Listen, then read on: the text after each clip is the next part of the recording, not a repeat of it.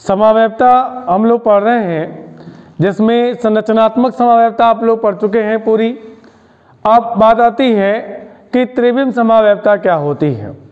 तो त्रिविम समावयवता के बारे में स्टार्ट कर लेते हैं। त्रिविम समावयवता,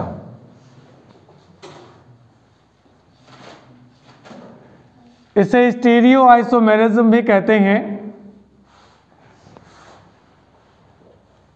जो संरचनात्मक समावयवता थी उसमें हमने बताया था कि ऐसे यौगिक जिनके अणुसूत्र समान होते हैं परंतु उनकी संरचनाएं कैसी होती हैं, भिन्न भिन्न होती हैं, जिसके कारण उनके भौतिक और रासायनिक गुण भिन्न भिन्न होते हैं।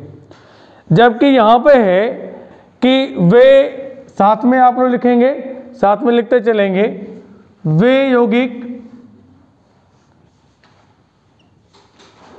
जिनके अणुसूत्र समान होते हैं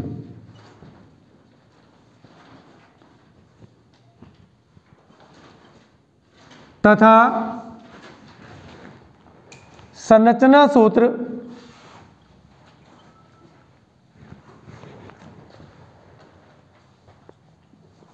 भी समान होते हैं।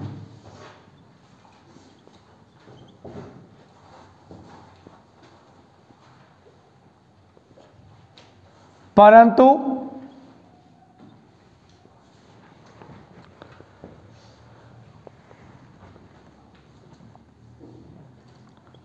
आकाशीय व्यवस्था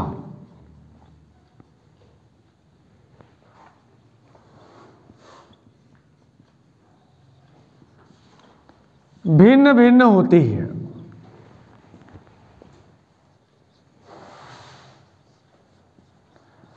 भिन्न भिन्न होती है। उन्हें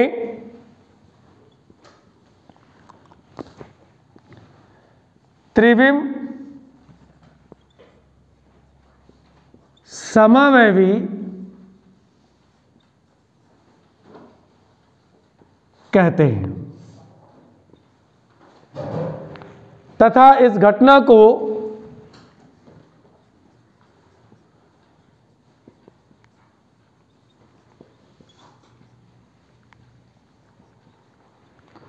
त्रिविम समावयवता कहते हैं। त्रिविम समावयवता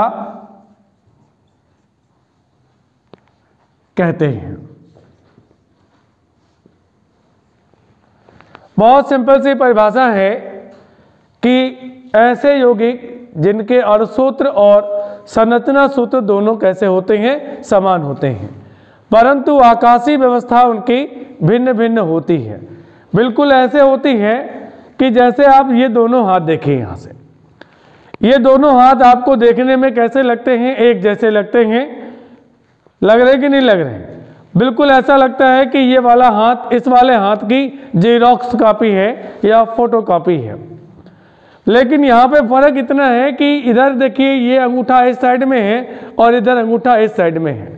मतलब इन दोनों की संरचना एक जैसी है, लेकिन अंगूठा और इन उंगलियों के जुड़ने का जो तरीका है वो भिन्न भिन्न है। इसलिए हम कहेंगे कि मॉलिक्यूलर फार्मूला और स्ट्रक्चरल फार्मूला दोनों ही सेम है, लेकिन जो इनके स्पीटियल अरेंजमेंट है वो कैसा होता है, डिफरेंट होता है। अगर स्पीटियल अरेंजमेंट डिफरेंट है तो ऐसे यौगिकों को हम क्या कहेंगे, त्रिविम समावयवी कहेंगे, और इस घटना को हम क्या बोलेंगे, त्रिविम समावयवता बोलेंगे। याद हो जाएगा क्या मैंने बताया कि वे यौगिक जिनके अणुसूत्र समान होते हैं, संरचना सूत्र भी समान होते हैं, परंतु आकाशीय व्यवस्था भिन्न भिन्न होती है, उन्हें त्रिविम समावयवी कहते हैं और इस घटना को क्या कहेंगे, त्रिविम समावयवता कहेंगे। मालूम होगी आप लोगों को? एक बार बता दीजिए आप सब लोग हमारे साथ में, क्या परिभाषा हो गई कि वे यौगिक जिनके अणुसूत्र समान होते हैं तथा संरचना सूत्र भी समान होते हैं, परंतु आकाशीय व्यवस्था भिन्न भिन्न होती है, उन्हें त्रिविम समावयवी कहते हैं और इस घटना को त्रिविम समावयवता कहते हैं। नोट कर लिया होगा आप सभी लोगों ने। चलिए इसके प्रकार देखते हैं कि त्रिविम समावयवता कितने प्रकार की होती है। त्रिविम समावयवता मुख्य रूप से दो प्रकार की होती है। यह समावयवता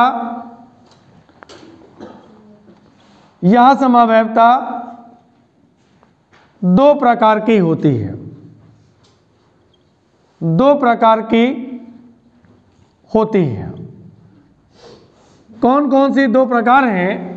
पहला है ज्यामितीय समावयवता, ज्योमेट्रिकल आइसोमेरिज्म, ज्यामितीय समावयवता, और दूसरा है प्रकाशिक समावयवता या ऑप्टिकल आइसोमेरिज्म। तो त्रिविम समावयवी क्या हो गए? ऐसे समावयवी या ऐसे यौगिक जिनके अणुसूत्र और संरचना सूत्र दोनों समान होते हैं, उन्हें क्या कहेंगे? त्रिविम समावयवी कहते हैं। और ये आपके दो प्रकार के हैं। पहला ज्यामितीय समावयवता और प्रकाशिक समावयवता। ये दो बातें आपको बिल्कुल क्लियर हैं। तो इसके आगे की हम लोग बात करते हैं कि इस समावयवता को प्रदर्शित करने के लिए यौगिकों में क्या क्या गुण होने चाहिए। पहला गुण हम लोग पढ़ने जा रहे हैं कायरलता या कायरल कार्बन परमाणु। ये जानना है हमें कि कायरल कार्बन परमाणु क्या होते हैं। हेडिंग डाल लीजिए आप सभी लोग, कायरल कार्बन परमाणु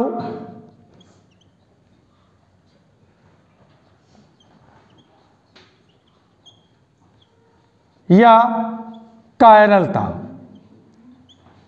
किरैलिटी, कायरल कार्बन एटम एंड किरैलिटी। देख लिया? चलिए देख लेते हैं कि क्या होता है। अच्छा, इसके पहले वाली सारी समावयवताएं जो हमने आपको पढ़ाई हैं सारे आपको मालूम है। संरचनात्मक समावयवता में मैंने आपको कौन कौन से नाम बताए? पहला नंबर श्रृंखला समावयवता, दूसरा मैंने बताया आपको स्थान समावयवता, तीसरा मैंने आपको बताया क्रियात्मक समूह समावयवता, चौथा मैंने आपको बताया मध्यावयवता, और पांचवा मैंने आपको बताया चलावयवता। एक और मैंने आपको बताई थी श्रृंखला और वलय समावयवता, जिसको मैंने अभी यहाँ पे नहीं किया है, उसको भी आखिरी में बताएंगे आपको। पहले नंबर पर कायरल कार्बन परमाणु या कायरलता क्या होती है। तो ऐसा कार्बन परमाणु किसी समावयवी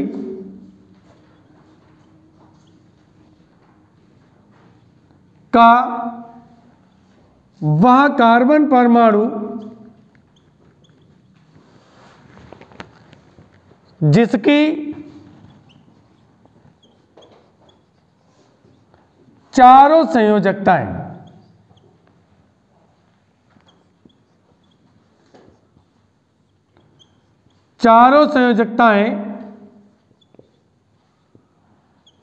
अलग अलग परमाणु या समूहों से संतुष्ट होती हैं।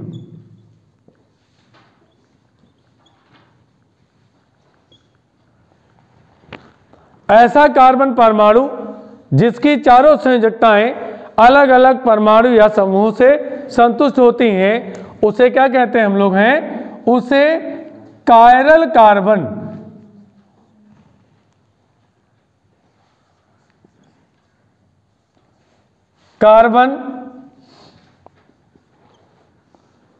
तथा इस घटना को कायरलता कहते हैं।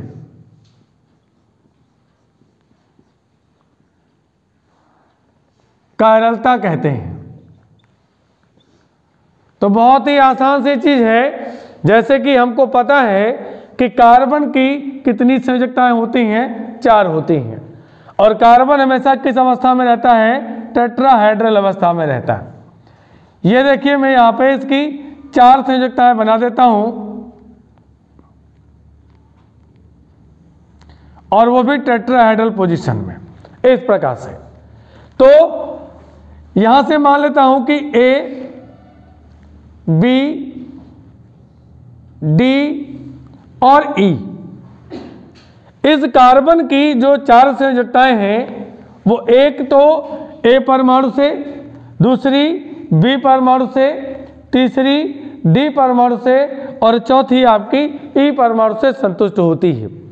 इसका मतलब ये हो गया कि इस कार्बन की जो चारों संयोजकताएं हैं वो अलग अलग परमाणुओं से संतुष्ट होती हैं, अलग अलग परमाणुओं से संतुष्ट होती हैं। इसलिए इस कार्बन को हम लोग क्या बोलेंगे, इस कार्बन को कायरल कार्बन परमाणु बोलेंगे। क्या बोलेंगे, कायरल कार्बन परमाणु बोलेंगे। अगर ऐसा हो जाए कि सपोज दैट मैं यहाँ पे एक और बना देता हूं स्ट्रक्चर, ये इस प्रकार से, ये मीथेन का स्ट्रक्चर है। इसमें आप देखो कि कार्बन की सभी संयोजकताएं एक ही प्रकार के परमाणुओं से संतुष्ट होती हैं। अगर एक ही प्रकार के परमाणुओं से संतुष्ट हो जाए तो फिर वह कार्बन कायरल कार्बन नहीं होता। दोनों को ध्यान से देख लीजिए। यहां से इसमें और इसमें फर्क क्या है? फर्क यह है कि यहां पर कार्बन की चारों संयोजकताएं एक प्रकार के परमाणुओं से संतुष्ट होती हैं, जबकि यहां पर सभी संयोजकताएं अलग अलग परमाणुओं से संतुष्ट होती हैं। जैसे मैं एक एग्जाम्पल ले लेता हूं यहां से लैक्टिक एसिड का। चलिए देख लेते हैं लैक्टिक एसिड, और आप लोगों को बताना है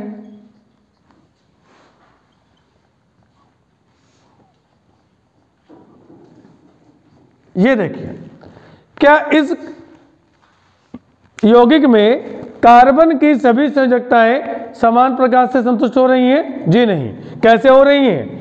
एक तो कार्बोक्सिलिक समूह से, दूसरी हाइड्रोक्सिल समूह से, तीसरी मेथिल समूह से और चौथी, इसलिए परिभाषा हम क्या बोलेंगे कि ऐसा कार्बन परमाणु जिसकी चारों संयोजकताएं अलग अलग परमाणुओं से या फिर अलग अलग समूहों से संतुष्ट होती हैं, उनको हम क्या कहेंगे? उनको क्या बोलेंगे? कायरल यौगिक बोलेंगे। और वह कार्बन जो होगा जिससे ये अलग अलग जुड़े हुए हैं उसको क्या कहेंगे? कायरल कार्बन बोलेंगे। और इस योग घटना को हम लोग क्या बोलने वाले हैं? कायरलता बोलने वाले हैं। नोट हो गया सबका ये? चलिए इसमें एक चीज और नोट कर लेते हैं, फिर जल्दी से नोट कर लीजिए जिसका रह गया है।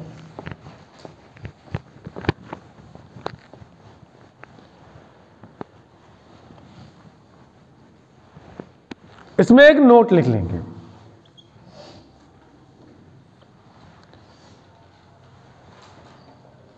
यदि कार्बन परमाणु की 2 संयोजकताएं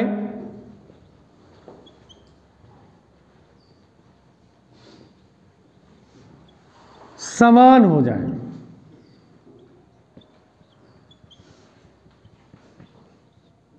तो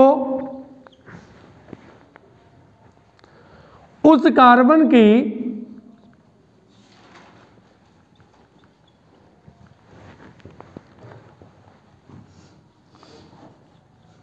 कायरलता समाप्त हो जाती है।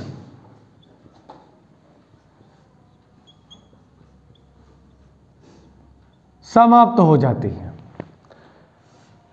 एक नोट और यहां से लिखेंगे हम लोग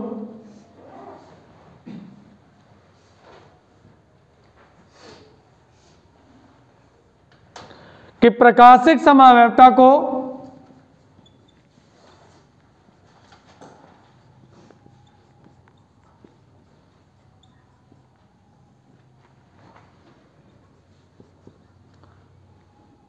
वे यौगिक ही प्रदर्शित करते हैं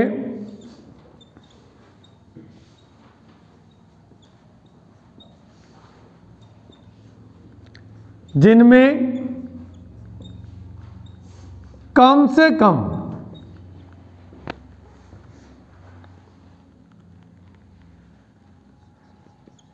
एक कार्बन परमाणु कायरल होता है। अब तो कायरलता का मतलब जानते हैं ना,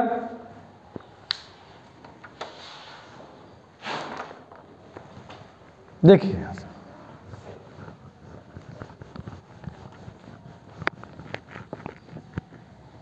रफ कर दें इसको।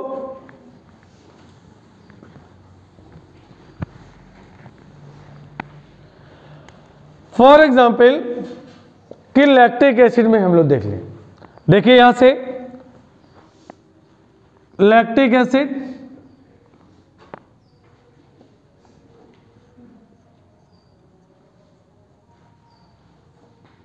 ये आपका क्या हो गया, लैक्टिक एसिड।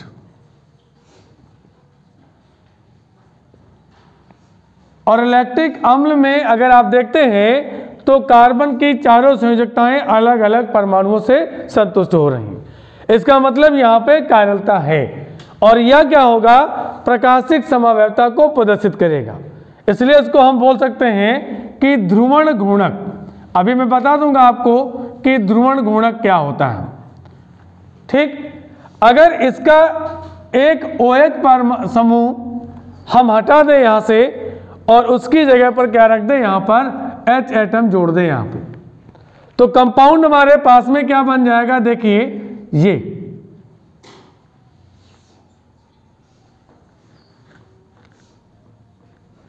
हो गया। और अगर ऐसा देखेंगे तो यहां पे हमको दिखाई पड़ता है कि इस कार्बन की जो चारों संयोजकताएं हैं वो अलग अलग परमाणुओं से संतुष्ट नहीं हो रही हैं। क्यों, यहां पर ये दो संयोजकताएं कैसी हो गई, सेम हो गई। और जैसे ही दो संयोजकताएं सेम हो जाएंगी तो मॉलिक्यूल की जो किरलिटी है वो क्या हो जाएगी, समाप्त हो जाएगी। और मॉलिक्यूल की किरलिटी अगर समाप्त हो गई तो फिर वह ध्रुवण आघूर्णक ना होकर के, ध्रुवण घूर्णक ना होकर के आघूर्णक हो जाएगा, ऑप्टिकली नॉन एक्टिव हो जाएगा। मतलब वो प्रकाशिक समावयवता को प्रदर्शित नहीं करेगा।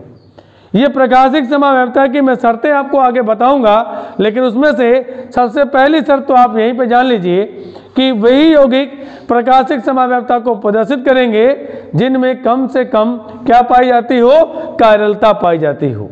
क्या पाई जाएगी, कम से कम कायरलता पाई जाएगी। तुम लोगों की तरह कायरलता नहीं पाई जाएगी। ठीक है, क्या पाई जाएगी, कायरलता पाई। किसका नाम बोलो, IUPAC नाम इसका कह सकते हो, प्रोपेनोइक एसिड। Propanoic acid.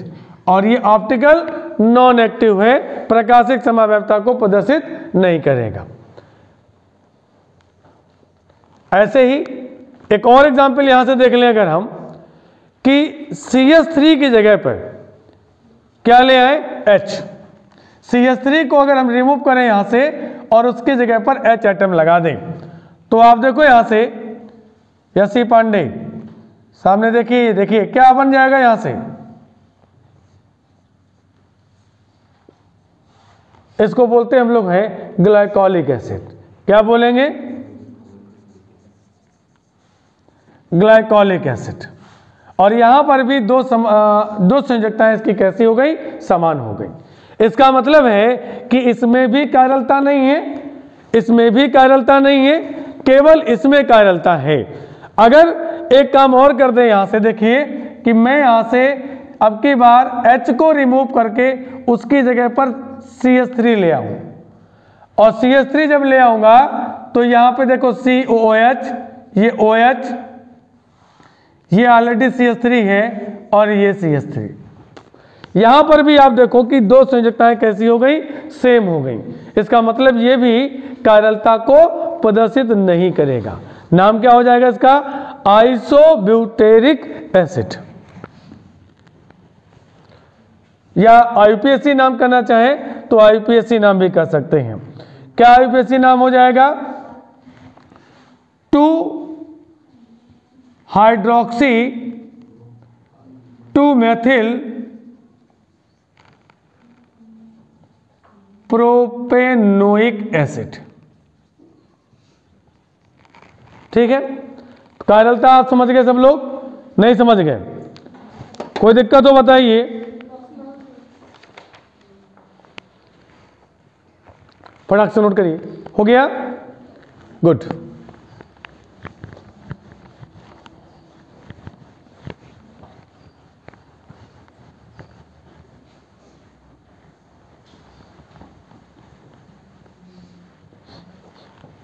अगला है समतल ध्रुवित प्रकाश।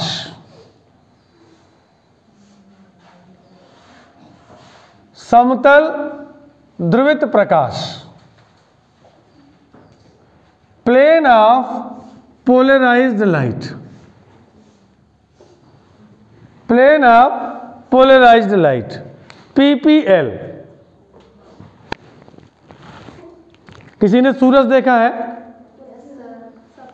देखा है? ठीक है। तो सूरज से पड़ने वाला प्रकाश किसके किसके ऊपर पड़ा? सबके ऊपर एक जैसा पड़ता है। इसका मतलब ये है कि किसी भी प्रकाश स्रोत से निकलने वाला प्रकाश, ठीक है, चाहे वो सूरज हो, चाहे वो चंद्रमा हो, चाहे वो एलईडी बल्ब हो, या कोई भी ऐसा सोर्स हो जिसमें से प्रकाश निकलता हो, अगर प्रकाश वो निकलता है तो वो हर एक दिशा में, सभी दिशाओं में समान रूप से संचरित होता है। ठीक है, ऐसे प्रकाश को हम बोलेंगे साधारण प्रकाश। ठीक है, और साधारण प्रकाश जैसे मैंने बताया यहां से कि मान लीजिए ये क्या है? सनलाइट है, तो इसका प्रकाश किधर जाएगा? हर एक दिशा में, हर एक दिशा में इसका संचरण होने लगेगा। ऐसा तो नहीं है कि मालूम पड़े आपने उसमें कुछ कर रखा है तो वो केवल आपको लगे, बाकी किसी को नहीं लगेगा। जी हाँ, अगर आप कुछ ऐसा कर दोगे तो ऐसा संभव हो जाएगा, लेकिन सूर्य के प्रकाश को रोकना थोड़ी संभव हो जाएगा। एलईडी बल्ब के प्रकाश को आप रोक सकते हो कि इस दीवार के उधर नहीं जाएगा, इधर ही जाएगा, कुछ ना कुछ व्यवस्था कर लेंगे। तो इसको हम बोलेंगे साधारण प्रकाश। मतलब साधारण प्रकाश अपने प्रकाश स्रोत से निकलने के बाद सभी तलों में कंपन कर सकता है, सभी तलों में संचरण करेगा या सभी दिशाओं में संचरण करेगा। लेकिन जब इसके सामने एक हम वो लगा देते हैं निकोल प्रिज्म। कौन सा prism? Nicol prism. Nicol prism, Nicol prism में एक पतली सी स्लिट लगी होती है सिलिकॉन की, तो ये बिल्कुल वैसे काम करती है कि जैसे आपने कभी देखा हो किसी के यहाँ इस प्रकार की खिड़की देखी हो जिसमें ग्रिल इस प्रकार की लगी हो, डंडे टाइप की, ऐसी। ठीक है, और अगर इसमें से हम लकड़ियों का गट्ठर इसमें से बांधें और इसमें से हम ऐसे पास करें ऐसे, तो क्या पास हो जाएगा? नहीं पास हो जाएगा।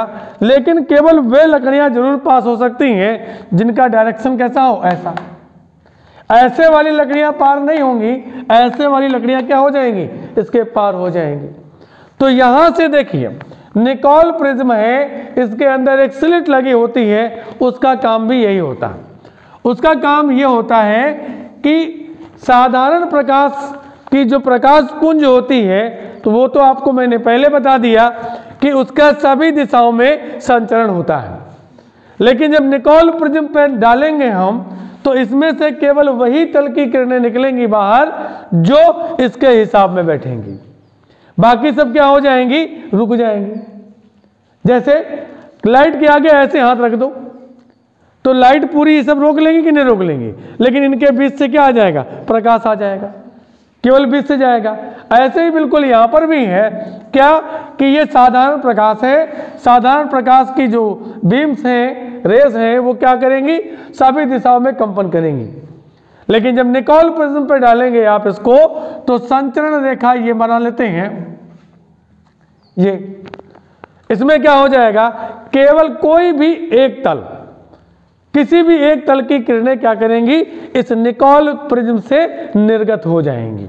तो उनका डायरेक्शन ऐसा भी हो सकता है कि इस तल की किरणें निकल जाएं यहां से,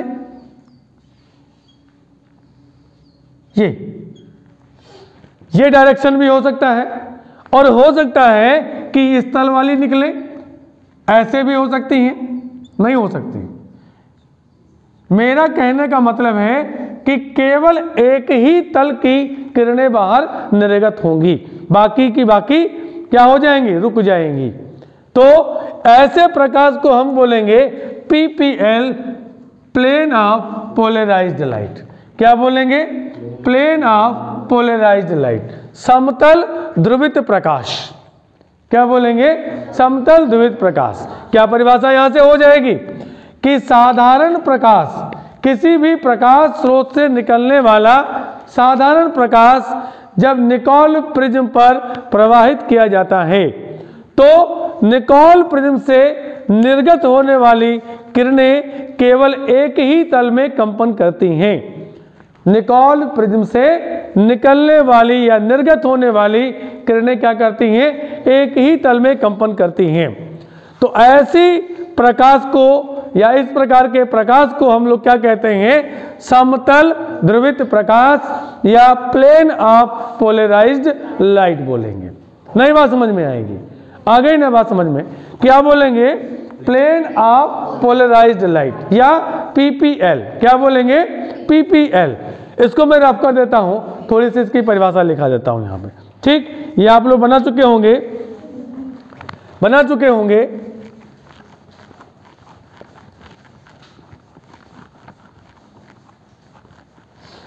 लिख दीजिए, साधारण प्रकाश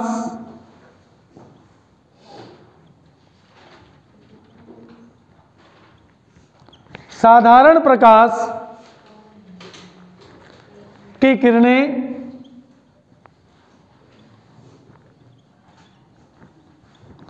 प्रकाश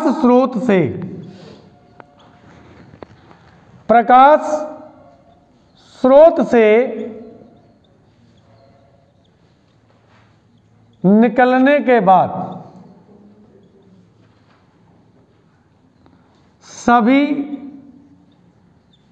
दिशाओं में संचरण करती हैं।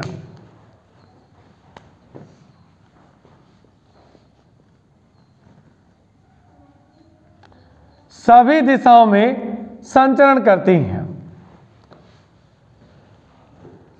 इन्हें निकोल प्रिज्म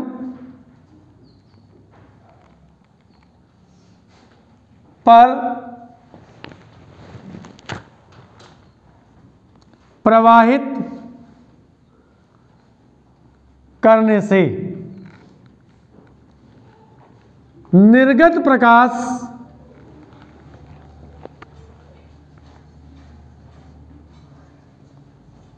संचरण रेखा के केवल एक ही तल में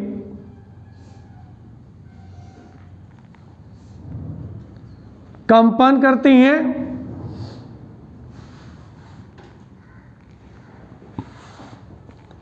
जिसे समतल ध्रुवित प्रकाश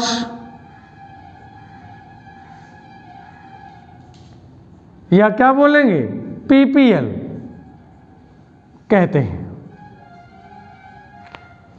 समतल ध्रुवित प्रकाश कहते हैं।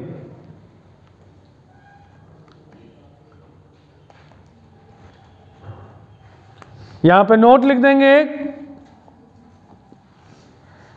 जिस तल में कंपन होते हैं उसे ध्रुवण तल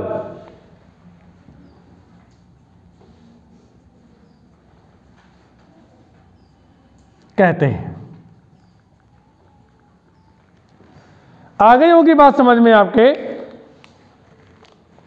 नहीं आई? कि पीपीएल किसे कहेंगे? समझ गए बात को? चलिए ठीक है, अच्छी बात है। आगे का टॉपिक पढ़ने के लिए आप निरंतर हमारे YouTube चैनल पर बने रहिए।